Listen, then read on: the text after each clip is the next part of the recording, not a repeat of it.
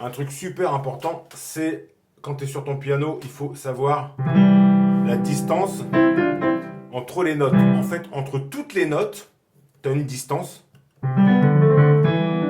Donc la distance, c'est une distance virtuelle. C'est pour ça que c'est pas évident.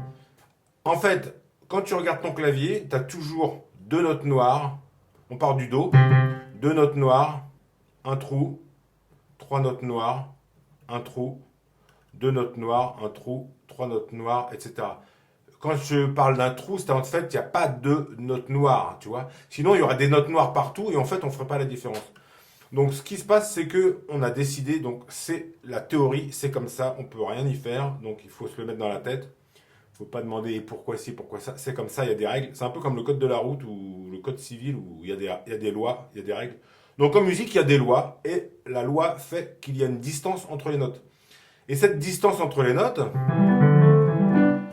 avec des noirs et des blanches, cette distance entre les notes, on appelle ça des tons ou des demi-tons. Donc, entre toutes les notes, il y a un ton. Un ton, c'est quand tu passes d'une blanche à une autre, comme ça, doré, ré, mi, sauf une. Donc, il y a un ton entre toutes les notes, sauf entre mi et fa, le fameux creux là, tu vois, et entre si et do.